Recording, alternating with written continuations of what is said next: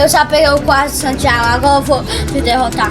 Eu ia te matar, seu ragazinho. Eu que vou fazer. Esse quadro são desejos. Eu sei, por isso que eles não põem para animal errada. Isso agora me devolve.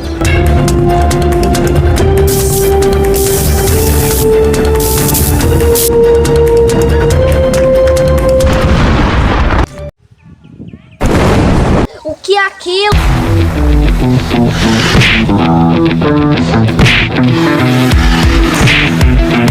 Ufa, até que fim, agora eu vou para a árvore de desejo.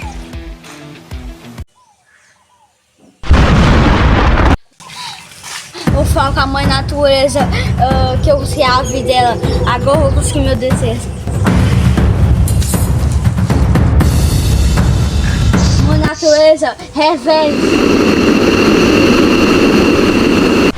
Caso você me chamou, Eu quero um desejo, quero que tudo fique como era antes. parece que você não entendeu. O quadro é para o bem e para o mal. Qual que você quer usar? Deixe eu ler sua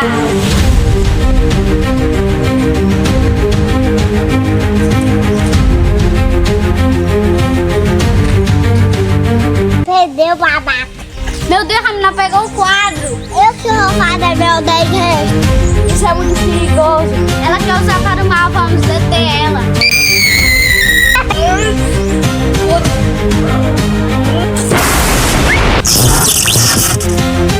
Eu vou pegar o quadro.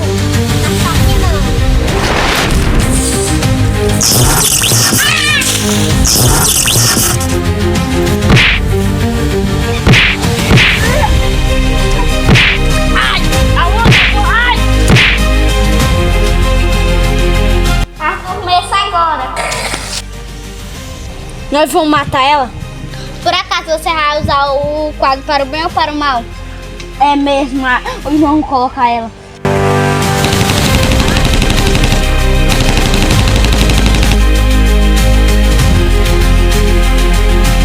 Ô menina, acorda! Você é só um, eu vou deixar você em dois. Mas vai ser perigoso. Você esqueceu que eu sou a mãe natureza? Eu estou a seu comum as minhas rainhas.